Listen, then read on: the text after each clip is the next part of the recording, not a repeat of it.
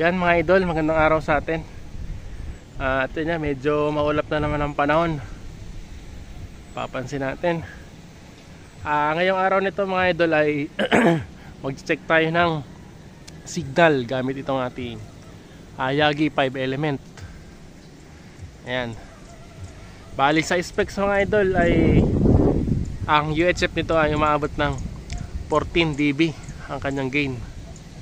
At nasubukan ko na nga to. Talagang napaka-clear ng audio quality ng transmit nito mga idol. Umaabot to ng 25 km. At marami pang dito dinaanan yung 25 km na yan. Yan. Okay mga idol, kasi pupunta ako sa Naga City. Bali ang layo nun sa amin simula dito ay 25 to 27 km. Diyan magandang pagkakataon to mga idol. Susubukan natin yung range nito, ating Yagi. Ayan. Gagamit tayo dito ng UHF 70 cm band ang gagamitin natin.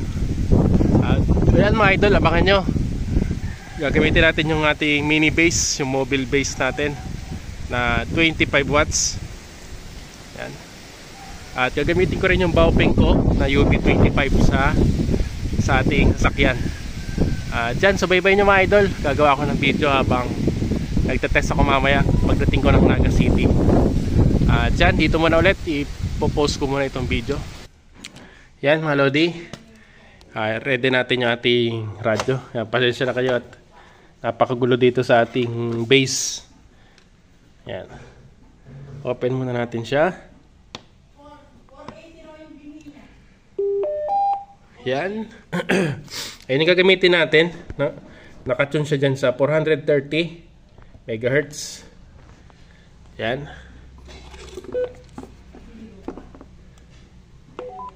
Yan mga idol. Nasa 1.5 SWR. Yan. Naka ano tayo? High power. Yan. Naka high tayo. 25 watts mga idol. At dyan, abangan nyo yung video natin. Nandito pa tayo sa gas station. Dito yan sa San Agustin, Pili. Yan, naka UHF tayo, 410. Yan. Ma, kamusta signal ko dyan?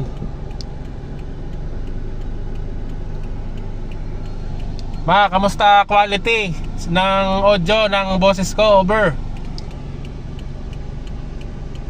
No, over. Sige nga, try mo nga dyan. Gamit yung radyo dyan, over. Kira radyo, over. Yan mga idol, pasensya na kayo. Ganyan karadyo natin kasi di marunong, matanda na.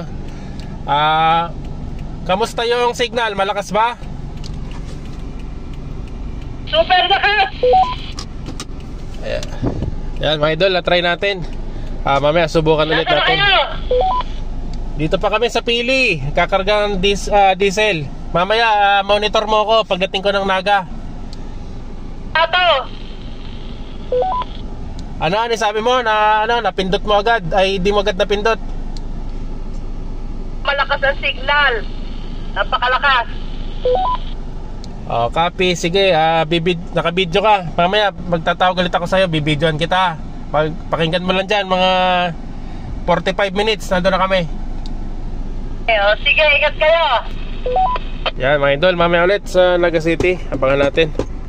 Nandito tayo ngayon sa Milaor. Kung alam nyo itong lugar na to. Yan. Dito yan sa may Milaor lang, pakalagpas ng Tabuk, Naga City. Malapit sa tower, katabi ko yung tower.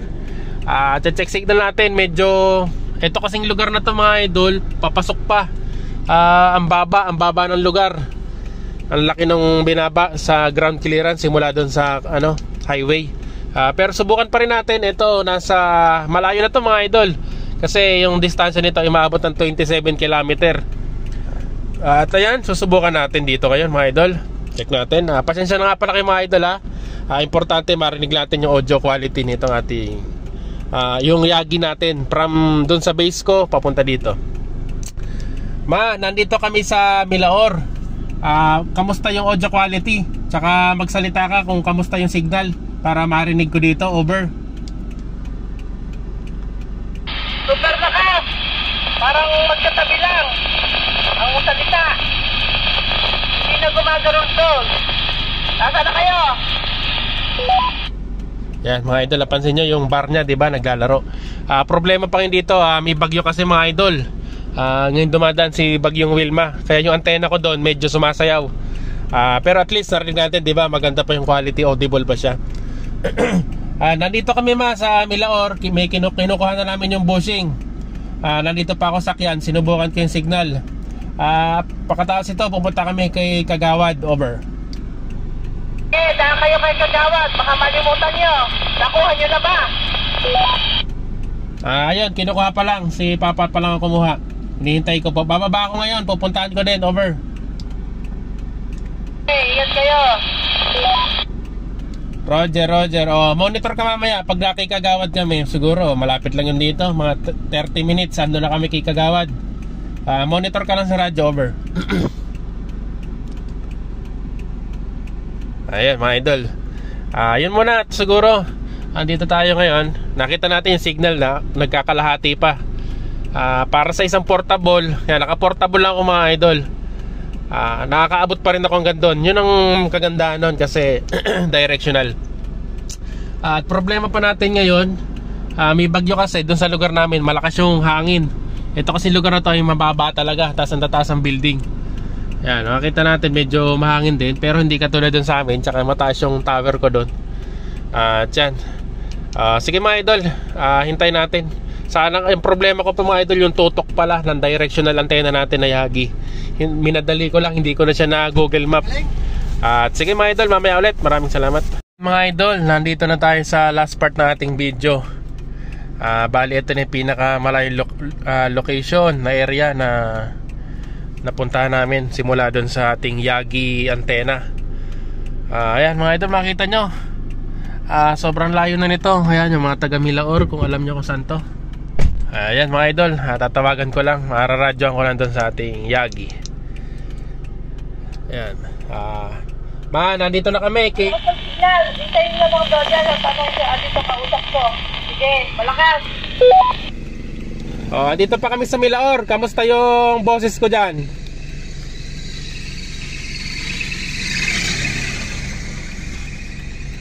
Kamusta yung boses ko? Si Kagawad, yung pala sa Agustin. Yan mo na, pauwi na kami. Kamusta yung signal ko dyan? Yung boses ko, yung quality? Malakas. Sobra. Malinaw ang dating. Sobrang lakas. Ano sabi ni ni Peñaranda? Ano daw sabi ni Peñaranda? Over. Kasi dyan, tatawagan ko ulit pag malapit na kayo. Sige, raradyoan ka na lang namin pag nasa pilit na ulit kami. Ayan mga idol, hanggang dito na lang ang ating last part ng video. At nandito lang kami sa daan, may binibili pa. Ayan, base sa nasaksihan natin mga lods, talagang maganda yung Yagi. Kung gusto mo talaga long distance, directional lang kailangan natin. Loud and clear ang signal o ang reception. Tamang-tama yon mga lods sa mga gumagamit ng UHF. Kasi yung gamit natin yun mga idol, UHF yun, 430 MHz yung gamit natin. At kagandahan yan, kahit maraming puno, kahit medyo maraming kabayan, ay tumatagos yung ating frequency. At yan mga lodi, kung gusto nyo nun, lalo na sa mga portable radio nyo, gamit kayo ng antena na maganda, aerial. At yan nga, yung ating Yagi ay talagang mataas ang gain nya. Bagay na bagay yun, lalo na kahit ang radyo mo lang yung BF 888S yun. Pwede doon. Lalagyan lang natin yan ng ganito mga loads.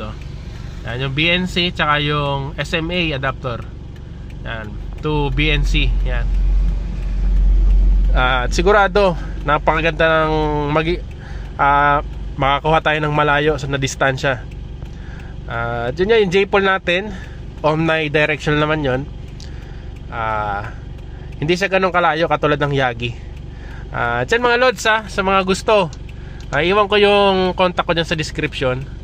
Kung wala kayong time, wala kayong oras, wala kayong gamit gumawa, pwede kayo sa akin, kontakin nyo lang ako. Andyan yung Viber ko. Diyan, maraming salamat mga lods. Malakas ang hangin dito sa Bicol. Ingat kayo lagi.